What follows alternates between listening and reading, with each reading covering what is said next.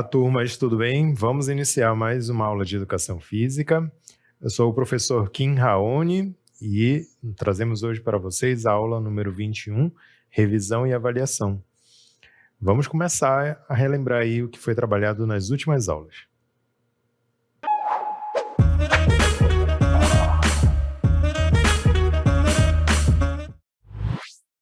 Muito bem, gente. Então, ao longo dessas aulas, nós trabalhamos as lutas como uma forma de prática corporal.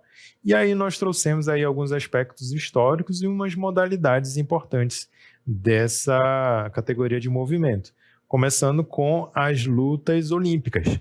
Então, as lutas olímpicas, elas se originaram lá da Grécia Antiga, tiveram como grande influência a forma que eles tinham de praticar as lutas, certo? Então, tudo começou lá, dessa grande civilização que influenciou em muitos aspectos a nossa cultura ocidental, inclusive nossa prática corporal, né? Então, as lutas, entre outras também, outras práticas corporais, como as competições, o atletismo, a prática de exercícios físicos, toda foi influenciada fortemente pela maneira como os gregos enxergavam o culto ao corpo, a melhoria do corpo, a performance das habilidades físicas, entre outras questões, né, relacionadas à prática de atividade física e também ao desenvolvimento do ser humano.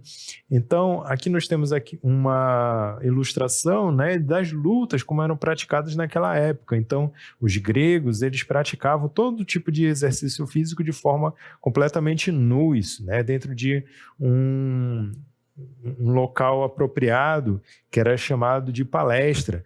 Lá dentro, eles se exercitavam, eles praticavam todo tipo de de atividades físicas, de exercícios, de treino, justamente para melhorar o corpo, para se dedicarem mais tarde às competições nas Olimpíadas, né, ou em outras competições em honra aos deuses.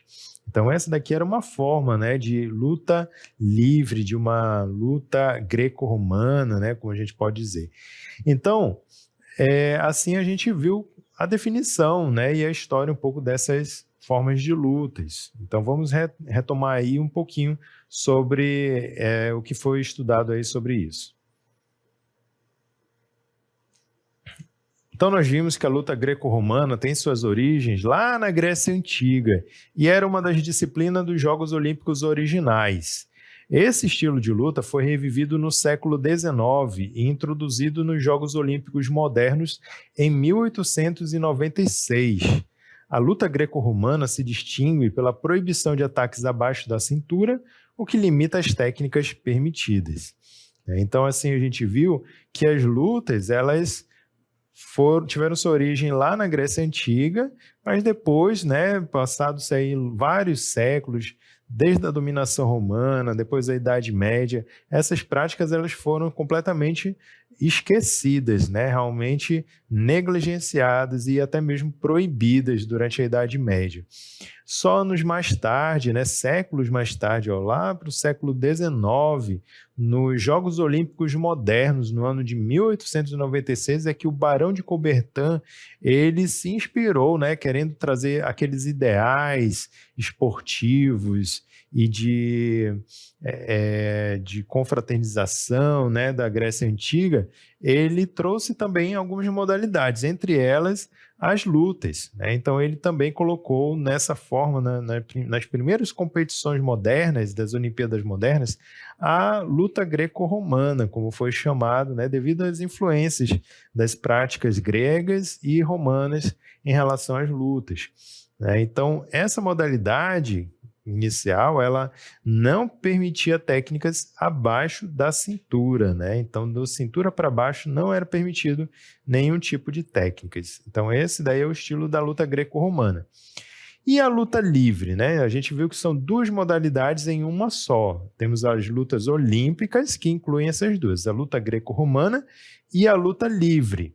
A luta livre, que também é conhecida como wrestling freestyle, desenvolveu-se principalmente na Inglaterra e nos Estados Unidos do século XIX. Ela surgiu da ideia de combinação da luta greco-romana com a luta inglesa Lancashire. Introduzida nos Jogos Olímpicos em 1904, a luta livre permite o uso de técnicas tanto acima quanto abaixo da cintura, dando maior liberdade aos lutadores. Então, gente, a luta livre ela já inclui outras técnicas, né, permitindo assim o uso de ataque abaixo do nível da cintura, favorecendo então com que os lutadores eles possam fazer técnicas de mobilização nas pernas, derrubadas, agarres nessa região, favorecendo assim um dinamismo maior para as lutas. Depois disso, nós vimos a arena onde é feita as disputas de lutas olímpicas. Né? Então, nós temos aí esses círculos concêntricos, né, que representam a área de luta dos lutadores. É como se a gente estivesse olhando de cima. Então, eles ficam, primeiramente, dentro aqui cada qual dentro de um círculo desse, né, um lutador começa no círculo vermelho, o outro começa no círculo amarelo. Após a autorização do árbitro, eles entram nesse grande círculo, né? E aí eles vão se dirigir para o centro do círculo. E é lá que vai se iniciar a disputa. O objetivo é fazer com que o adversário ele caia no chão e fique imóvel, né? Completamente imóvel, por meio de mobilizações, chaves de braço, de perna, e não consiga sair daquela situação. Mas se ele, por algum motivo, se desequilibrar e sair da área do círculo amarelo, pisando na área do círculo vermelho, então os lutadores são convidados a paralisar a luta para iniciar novamente, né, retornar para o centro do círculo e reiniciar a luta. Então não pode sair dessa região do círculo amarelo. As medidas oficiais são de 7 metros de diâmetro do círculo, né, da borda mais externa do círculo vermelho até o outro lado da borda. Então, são 7 metros de diâmetro. Então, essa é a área de luta tanto da luta greco-romana quanto da luta livre, né, do wrestling. Então, vale para as duas modalidades. E aí é dentro desse espaço que acontecem, então, as disputas. Depois nós vimos sobre as regras da luta greco-romana. Nós aprendemos que na luta greco-romana é proibido agarrar o oponente abaixo da cintura, usar as pernas para atacar ou defender e realizar golpes baixos. O combate é dividido em 2 períodos de 3 minutos cada, e o objetivo é imobilizar o adversário no chão ou pontuar através de técnicas permitidas. Então, observem aí nessa imagem, a gente visualiza como que acontecem essas regras, né? Observem que o lutador de vermelho ele está aplicando uma técnica tentando derrubar o lutador de macacão azul, agarrando ele pela cintura, mas ele não está, né, numa região, digamos assim, dos membros inferiores. Então, ele está ali numa zona permitida, né, uma técnica legal, ou seja, ela está realmente dentro das normas da luta greco-romana. Então, é uma modalidade um pouco mais difícil, justamente porque vai exigir principalmente força dos braços e do tronco para tentar desequilibrar o oponente. Depois nós vimos sobre as regras da luta livre. Na luta livre, os lutadores podem usar suas pernas e atacar qualquer parte do corpo do adversário. As regras são mais flexíveis em comparação com a luta greco-romana. O combate é dividido em 2 rounds de 3 minutos. Assim como na luta greco-romana, o objetivo é imobilizar o adversário ou acumular mais pontos através da técnica de ataque. Então, nós podemos observar aí que o lutador de azul já está tentando imobilizar, né? Aplicar uma técnica diretamente na perna do oponente, fechando ali com o braço, impedindo assim que ele consiga se reequilibrar e causando assim a queda dele.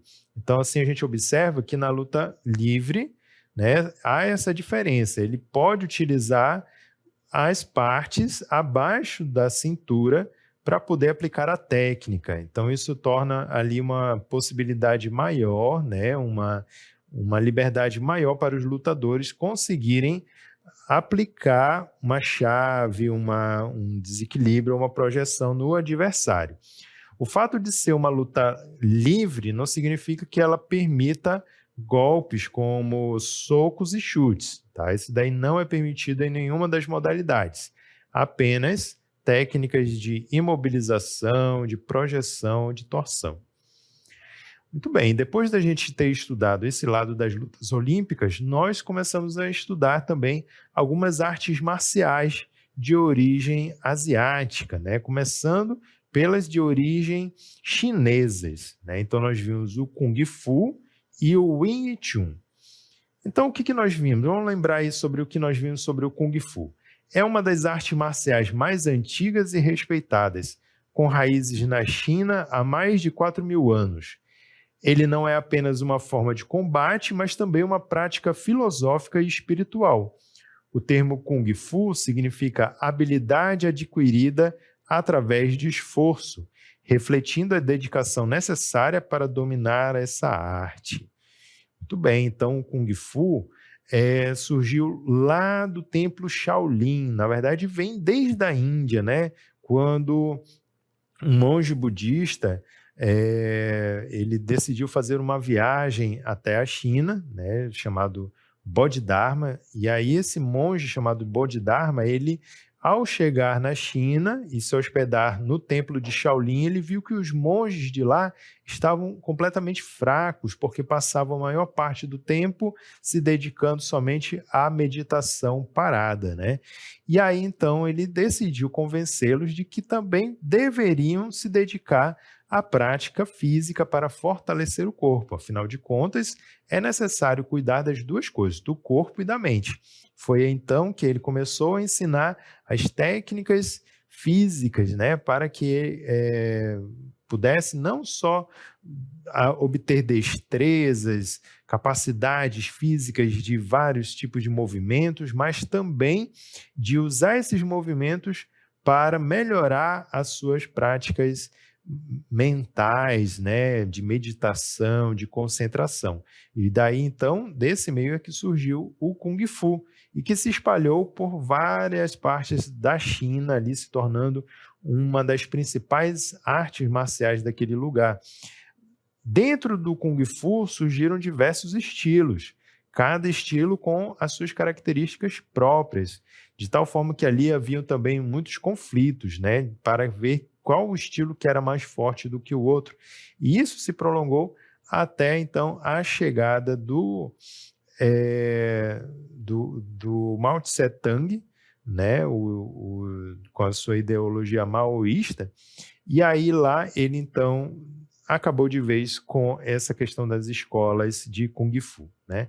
Mas ainda é uma arte marcial que resiste muito ao tempo e que está bastante espalhada pelo mundo todo. Hoje a gente encontra vários mestres em vários outros lugares do mundo, não somente na China.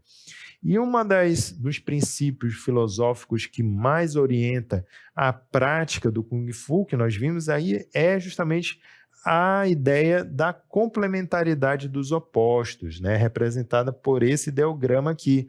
Então, assim a gente observa que o equilíbrio ele se dá por meio justamente dos opostos. Então, assim como o Bodhidharma chegou e viu que os monges estavam adoecendo porque eles só estavam cuidando da mente deles, ele percebeu então que era necessário, para reequilibrar as coisas, cuidar das duas coisas, né? Mente e corpo, né? Não dá para você cuidar só de uma coisa e deixar a outra descuidada, né? Você precisa ter a harmonia das duas coisas. Então, quando você harmoniza os opostos, o claro e o escuro, macho e fêmea, mente, corpo e assim por diante, tudo é necessário. Eles precisam se complementar e não ser subtraídos um do outro. Aí nós vimos aí sobre as técnicas básicas do Kung Fu, que abrange uma ampla variedade de técnicas, incluindo soco, chute, bloqueios e movimentos acrobáticos. Alguns estilos também incorporam o uso de armas. A prática regular de formas ou katais é fundamental para a memorização e o aperfeiçoamento dessas técnicas.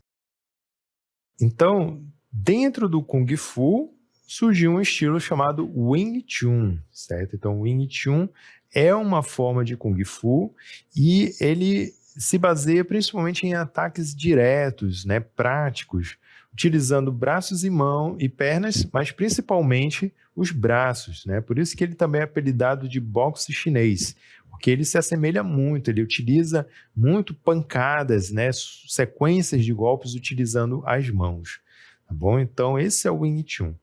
E aí nós vimos também sobre as técnicas, né, como que o Wing Chun ele utiliza o movimento. Então, nós vimos o seguinte, que as técnicas básicas incluem o soco em cadeia, a posição do cavalo, Mabu, e o uso do stick hands, Chisao, para desenvolver sensibilidade ao movimento do oponente. O treinamento com boneco de madeira, Mukianjong, é outra prática essencial para aperfeiçoar a precisão e a força. Muito bem, então esses foram as lutas, né, as artes marciais originárias da China, e depois nós trabalhamos também as artes marciais originárias do Japão, né? Então nós vimos duas modalidades muito conhecidas lá no Japão. É outro país também localizado no extremo oeste, no extremo leste da China, da Ásia, né? E ali surgiu também artes marciais muito profundas, muito amplas, né? Então, porque eram povos guerreiros, muito guerreiros. Então, ali eles também tinham esse sistema de treinamento, de preparação para guerreiros. E aí, dentro dessa vastidão de artes marciais, nós encontramos duas, o Aikido e o Sumo. Então, qual é a filosofia do Aikido? O Aikido é baseado nos princípios do shintoísmo. O praticante busca neutralizar o ataque do oponente sem causar danos, utilizando a força do adversário contra ele mesmo. Essa arte marcial enfatiza a importância do respeito, autocontrole e disciplina. Então, gente, o Aikido vai ser aquela arte marcial baseada também em projeções, em torções, né? Visando sempre anular a defesa do adversário utilizando o mínimo de força possível, né? O máximo de economia de esforço. Então, para isso, ele precisa utilizar princípios de alavanca, princípios de centro, de massa, né? Princípios físicos que vão orientar justamente como derrubar o adversário da maneira mais rápida e leve possível, né? Então, como a gente pode ver aqui nessa imagem, ele torcendo simplesmente o punho do outro, fazendo com que ele caia ao chão, né? E aí nós aprendemos também a vestimenta, né, dessa arte marcial composta pelo Dogi, que é essa parte branca, o Hakama, que é essa parte preta, e também algumas técnicas. Depois do Aikido, nós vimos outra arte marcial muito popular, que é o Sumo, né, muito conhecida pelo volume dos seus lutadores, né, muito grandes, comumente é associado à obesidade, mas não se enganem, nós vimos que eles não são completamente obesos, né? Não é somente gordura, eles têm muita massa muscular por baixo de toda essa camada, graças também ao intenso treino que eles passam, né? Um treino muito rigoroso para poder realizar o tipo de luta deles. Então, qual é a história e cultura do Sumo? O Sumo é uma arte marcial tradicional do Japão com mais de 1.500 anos de história. Originalmente, era uma prática religiosa realizada nos templos. Hoje, o Sumo é considerado o esporte nacional do Japão, sendo altamente respeitado e carregado de simbolismo cultural. Então, nós vimos que o Sumo para o Japão está assim como o futebol para nós brasileiros, né? Então, lá no Japão, eles realmente acompanham, vivenciam a esportividade dessa luta, né? Embora ela seja uma arte marcial, mas ela é muito esportiva. Ela está relacionada tanto à questão cultural, mas também à questão econômica do Japão, porque aqui nas competições de sumô circula muito dinheiro, muito investimentos, patrocínios, então ela movimenta também a economia do país, questões políticas também, assim como outros esportes também estão vinculados a esses fatores, né? O próprio futebol aqui no Brasil, ele também está ligado a esses outros aspectos, não só cultural, esportivo, mas também econômico, político, social. Então, lá no Japão tem essa forte influência também o sumô. E ela é carregada de simbolismos, né? Desde a forma como se paramentam, né, os lutadores com essa tanga, né, muito peculiar, que remonta a séculos atrás, né, a forma deles se vestirem, essa prática de luta praticamente nus, né, muito parecida com o da Grécia Antiga, como eu falei, né, no início. Então, eles também, até hoje, mantêm essa forma tradicional de se vestir. O uso também do penteado no cabelo, que está relacionado a todo esse processo, né, do lutador de sumô, desde a hora em que ele inicia no estábulo, que é o lugar onde eles treinam, né, desde a hora que ele ingressa até a hora em que ele se aposenta. Então, os lutadores de sumô, eles nunca cortam o cabelo deles, eles vão deixando crescer de forma que eles consigam fazer esse coque, né, no cabelo, muito peculiar da luta, e só vão cortar quando eles se aposentam. Então, quando o lutador de sumô ele se aposenta, aí tem todo um ritual para cortar o cabelo, cortar a trança, né? E aí, dali em diante, depois dessa cerimônia, está oficialmente aposentado. E com relação às regras do sumô, nós vimos que o sumô tem como objetivo forçar o adversário a sair do ringue ou a tocar o solo com qualquer parte do corpo que não sejam as solas dos pés. A luta ocorre em um ringue circular chamado do-ryo, e os lutadores, conhecidos como rikishi, seguem um rigoroso conjunto de regras e cerimônias. E quais são as técnicas mais comuns no sumô? Nós vimos que elas incluem o yorikiri, né, empurrar o oponente para fora do ringue, o oshidashi, golpear com as mãos, e o shiko, que é a pisada ritual para fortalecer as pernas e intimidar o adversário. A força, agilidade e estratégia são essenciais para o sucesso. Então, para representar e ilustrar, nós trouxemos para vocês uma animação que nós vamos rever aqui, para que vocês possam acompanhar essas técnicas do sumô.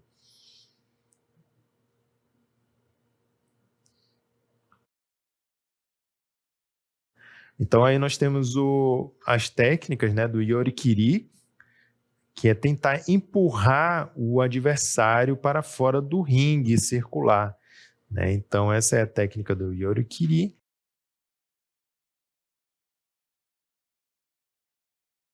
Nós temos aí o oshidashi, a técnica do oshidashi, que inclui alguns tapas, né? Então, é permitido, segundo as regras deles, utilizarem esses tapões que também ajudam a desequilibrar e desestabilizar o oponente. E o shiko, que é essas pisadas, né, em forma de agachamento também, que faz com que os lutadores eles obtenham muita força nas pernas, né? Então, dentro do ambiente das artes marciais como um todo, as pernas elas são as mais importantes porque elas garantem a base, né? Toda luta precisa de uma boa base, justamente para não se desequilibrar. E aí, então, quando eles fazem o shiko, que são aqueles exercícios com as pernas, eles fortalecem e ficam com a base muito mais forte, se tornando assim praticamente difícil, né? Muito difícil de derrubá-los. Então, essas foram as principais informações que nós trabalhamos aí ao longo das nossas aulas. A gente vai encerrando por aqui a nossa revisão e agradeço a atenção de todos.